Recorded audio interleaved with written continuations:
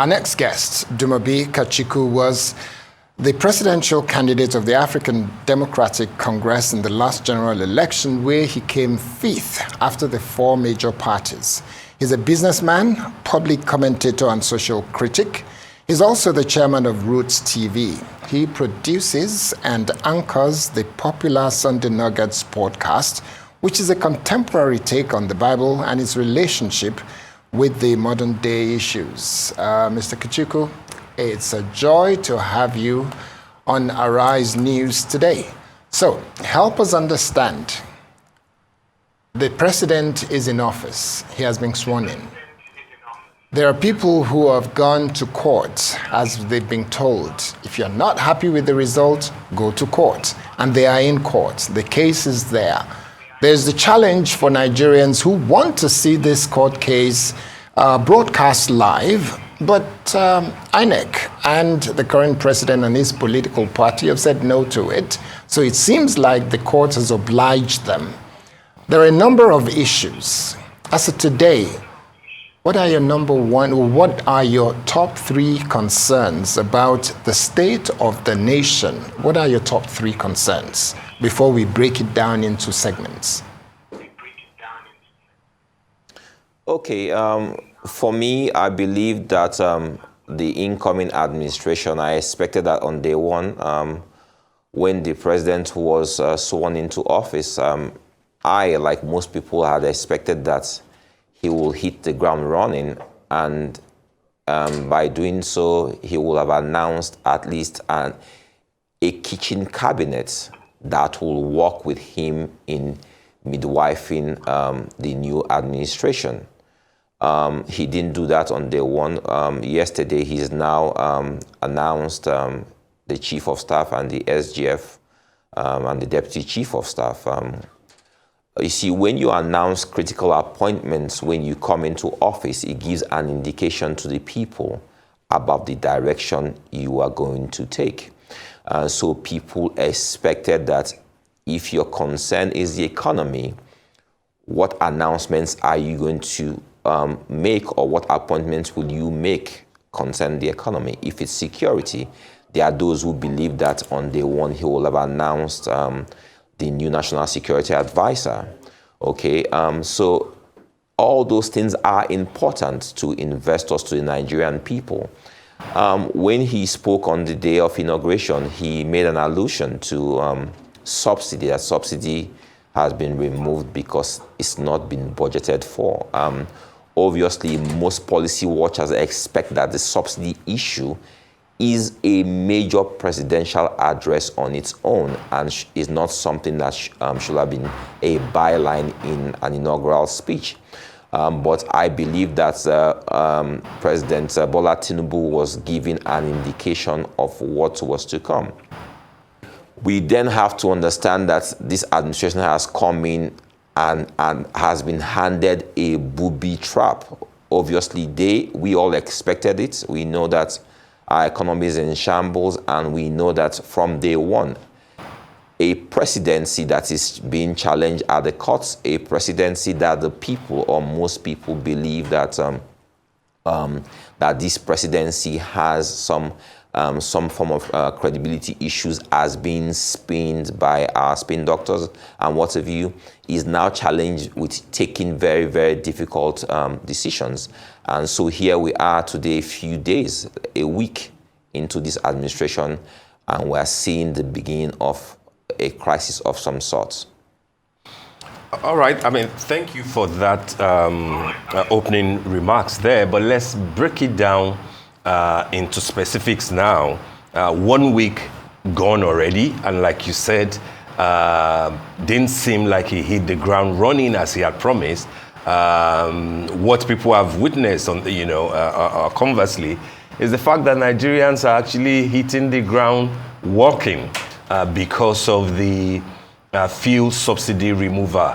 As a businessman and an entrepreneur, who is also an employer of labor, and as a presidential candidate who also had some thoughts around the issues of subsidy removal and the entire value chain in the oil sector, How do you think that you will have handled it better? And what do you make of the warning strike by the NLC that by Wednesday, if the government does not change its position on the removal of subsidy, that Nigerian workers, specifically the NLC members, will begin a strike? Given the fact that this is the sort of position that even the key members of APCs today, including Asiwaju Bola Ahmed Tinubu, the president himself, took in 2012 when Goodluck Jonathan attempted to remove subsidy. What do you make of that threat by the NLC? And like I said earlier, how will you have handled it better? And how do you think that the president should deal with this going forward? Okay, I think I campaigned on the removal and suspension of subsidy like the way our president did. I believe that those of us who campaigned on this, we all believe that this was a bogeyman that was destroying our nation. I believe that if the president had his kitchen cabinet announced on day one, that they would have managed this issue differently. If I were in his shoes, and what I believe that they were trying to do was, one, make Nigerians understand what this subsidy issue is all about. Because when you speak to different segments of society, you see that Nigerians don't really understand what the subsidy issue is about. So let me break it down here. Nigeria does not really have what we call a subsidy scheme.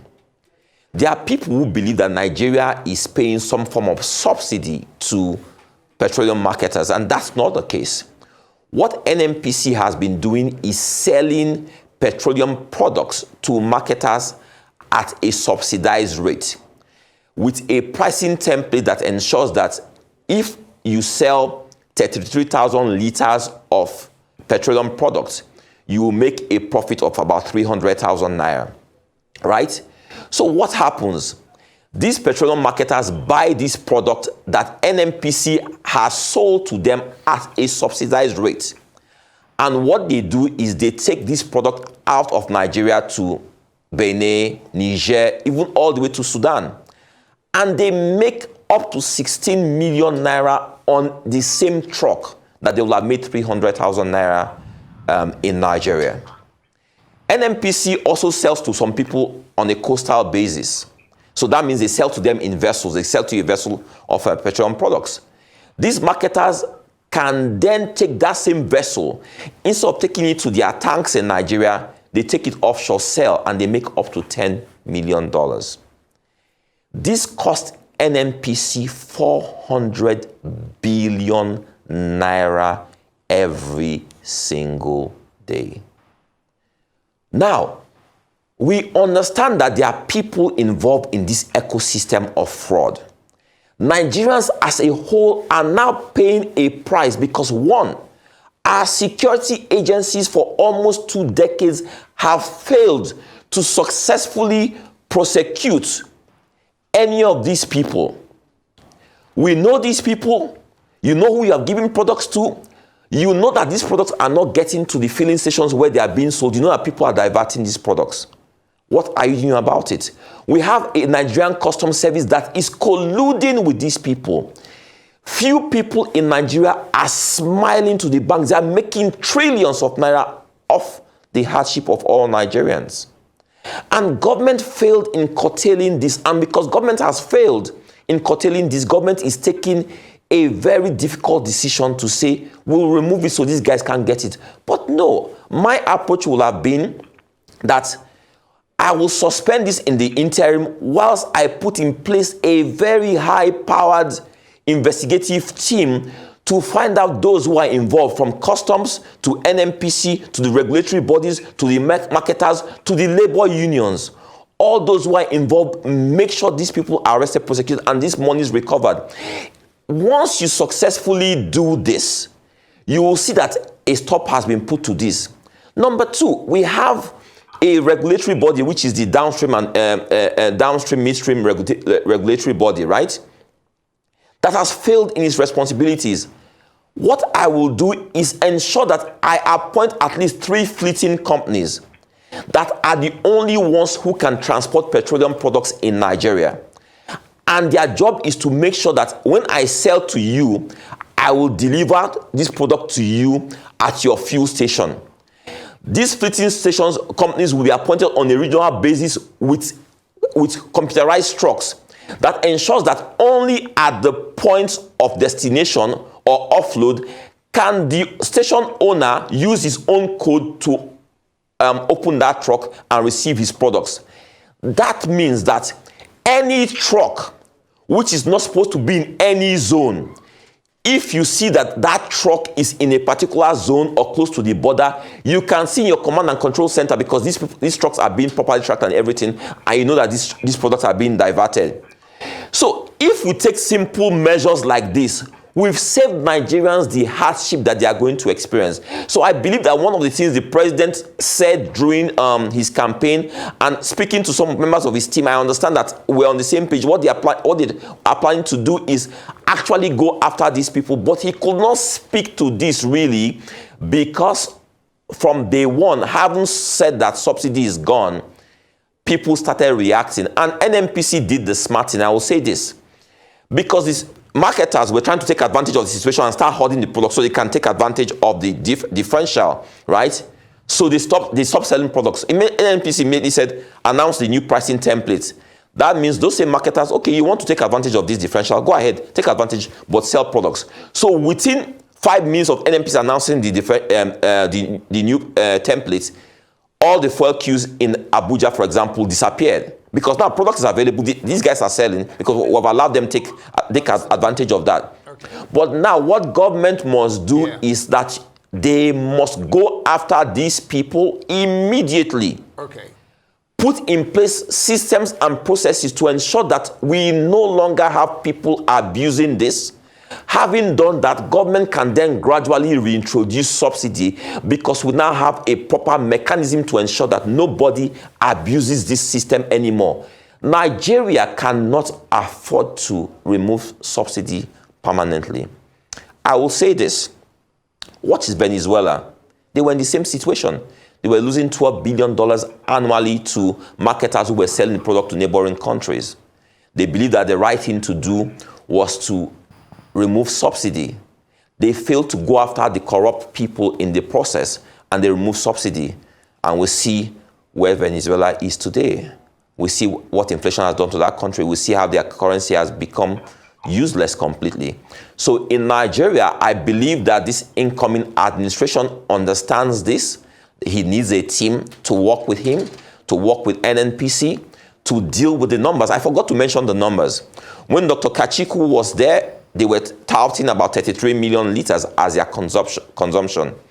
Now, the same NNPC is touting about 55 to 85 million liters as consumption daily. Did we have about 50 million people moving to Nigeria? How is this happening? Let me tell you what's going on. These marketers come with those volumes. They want to buy. You can't say you don't want to sell to them. If you say you don't want to sell to them, they will create artificial scarcity. And NNPC is blackmailed, is forced into selling products that they know that these products are not really going into this market. Because once there's fuel scarcity, Nigerians start crying, start saying NNPC is useless, NNPC is this, NNPC is that. And you are forced to sell to these people. So these few marketers are the people destroying our economy, but they're in collusion with Nigerian customs, they're in collusion with some policemen, they're in collusion with regulatory bodies, and with the trade unions, the labor unions. Let me tell you what typically happens when this comes into place and they announce that they want to see they are removing subsidy. You will see labor union announce a strike, right? And then you will see government do a bit of negotiation, and then they will land at the numbers they wanted to get to initially. So whereas we have about 500 naira now, they probably land about 300 naira, and there seems to be some kind of Pyrrhic victory. But this is not what should happen now. This should not be about political brinksmanship or any of those games. This should be about dealing with the real issues. The issue is that we have a few men who are destroying the Nigerian economy. We need to go after these people and get these people down. Prosecute these people, put in place a proper system, have proper fleeting companies carry our products to these people, and ensure that once people abuse the process, if you go after these people, nobody Nobody wants to abuse that process anymore. Okay. But Nigerians cannot afford this. So the president has to start speaking to this, what needs to happen. They then also need to speak to palliatives to cushion the effects immediately. Exactly my point. Now, what do you do? Sorry. Transport. I was going to ask you on the palliative. You've said a lot of things. One of the things that I noted was that you said about 400 billion daily. Maybe you meant a month, because according to NNPCL, they said it's about 400 billion naira monthly that they spend on subsidy. And that's what they're looking to be able to save on a monthly basis. But very quickly, let's look at the issue of palliative. Let's assume that you were the winner of the presidential election, February 25th or so, when we had the election. If you were the winner and you were sworn in on May 29th, will you have declared that there will be no subsidy? And if you do, what will be the things that you will do to help Nigerians cope with it? Because everybody I know has said, even the man on the street that our reporter, or Ovietame George, went around talking to, our reporter Georgina went around in Abuja, all of them are saying that palliative, it's got to go. But how does it go? What's the plan to help the common man to cope with it? What will be your 3-point agenda to make Nigerians be able to cope with the removal of subsidy? Because this being said is corruption. Okay, number one, it's about communication. Like I said, Nigerians were not properly prepared for this to happen. At the same time, you had a government that had no leeway, no wiggle room whatsoever. So it's either NNPC goes broke today as we speak because they can no longer afford this anymore, or we say we continue to borrow so that we give these people money. So Nigerians ought to have been told that this is what is going to happen. And if you let them understand this and you say to them, this is what our savings is going to be. Let's say we are saving 400 billion naira monthly. Where does that money go into? Remember when President Jonathan was going to remove subsidy, they already planned to have a social infrastructure. They had mass transit schemes. Different states were buying buses and what have you. Now, because this government was not prepared for this, right? Because they were in a situation where from day one, it was subsidy will kill us or will kill subsidy. So they now have to introduce that. So what should they do in the interim? They have to pay what we call a hardship allowance. Increase salaries. Let's assume that we'll do it for a 3 to 4 month period. You increase salaries that will accommodate this hardship.